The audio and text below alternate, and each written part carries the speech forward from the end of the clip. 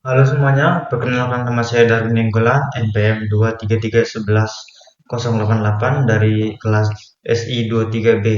Kali ini saya akan memperkenalkan membawa materi lingkungan dan budaya perusahaan. Mari kita simak.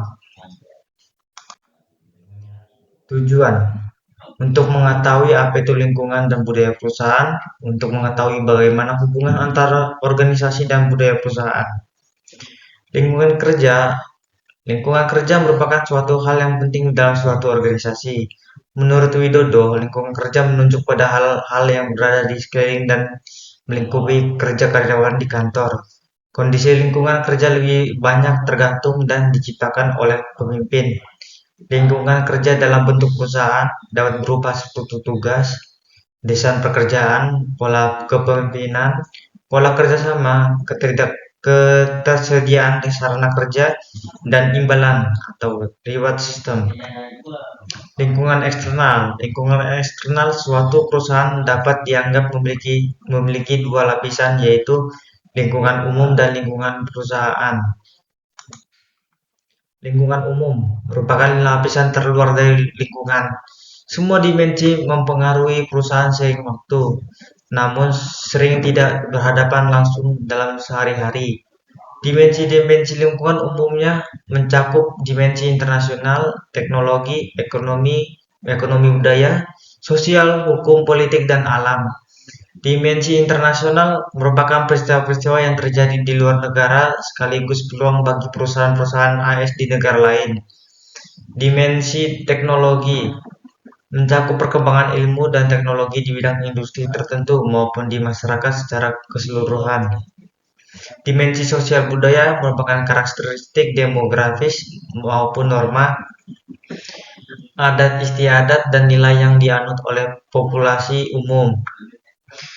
Beberapa karakteristik sosial budaya yang penting adalah sebaran dan kepadatan penduduk, usia, dan tingkat kependidikan.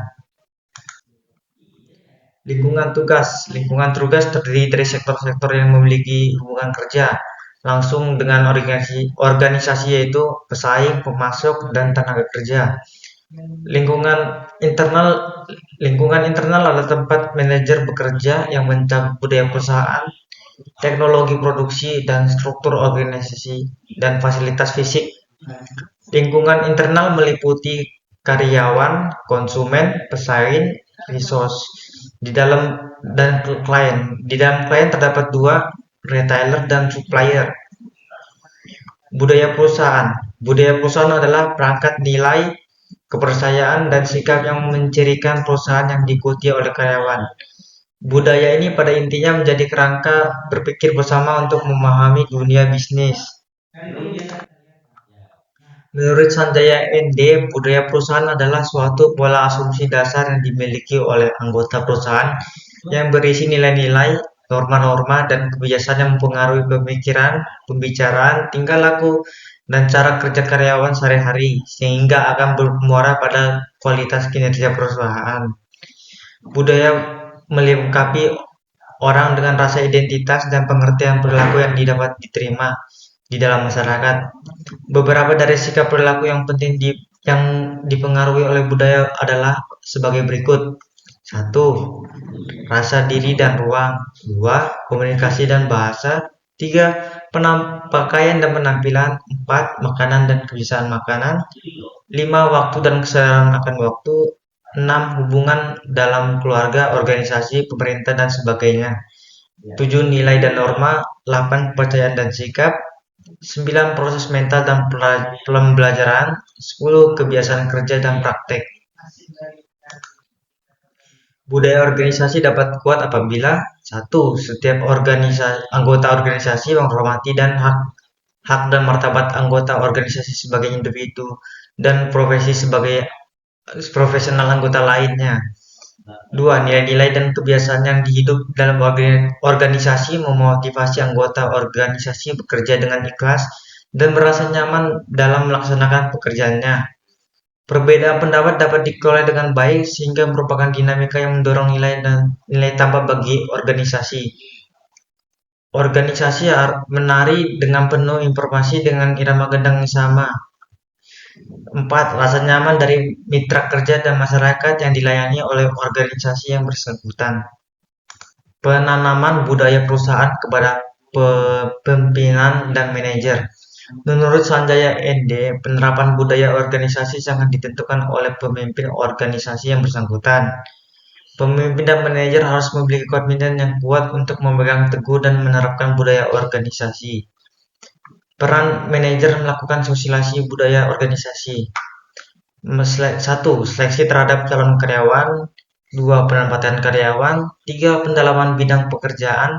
4. Pengukuran kinerja pemberian penghargaan. 5. Penanaman kesetiaan kepada nilai-nilai utama organisasi. 6. Memperluas informasi. 7. Pengakuan dan promosi karyawan. Manfaat budaya perusahaan. Rekrutmen. Budaya positif memberikan organisasi keunggulan kompetitif. Orang ingin bekerja untuk perusahaan dan reputasi baik dari karyawan sebelum dan saat ini. 2. Loyalitas karyawan. 3. Kepuasan kerja. 4. Kolaborasi karyawan jauh lebih mungkin untuk berkumpul bersama sebagai sebuah tim di perusahaan dan budaya yang kuat. Budaya positif memfasilitasi interaksi sosial, kerjasama, dan komunikasi terbuka. Kolaborasi ini dapat menghasilkan beberapa hasil yang luar biasa.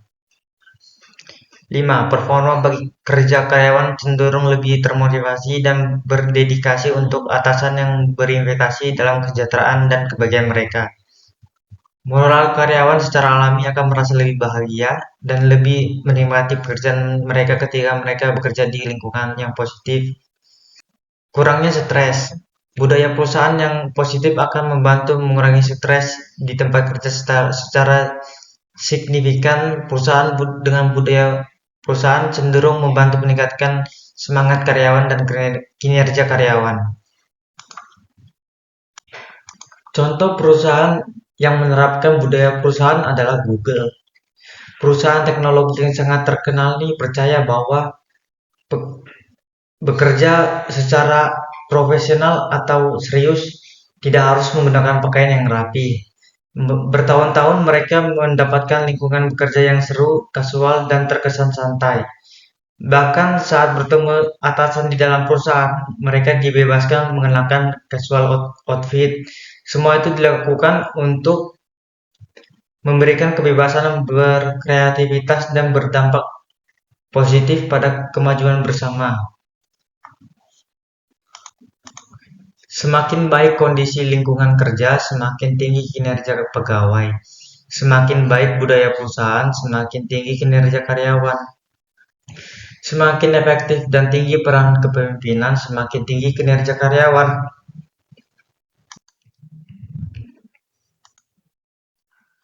Berikut hasil materi yang saya kumpulkan. Mohon maaf bila ada kata yang tidak berkenan. Saya akhiri. Wassalamualaikum warahmatullahi wabarakatuh.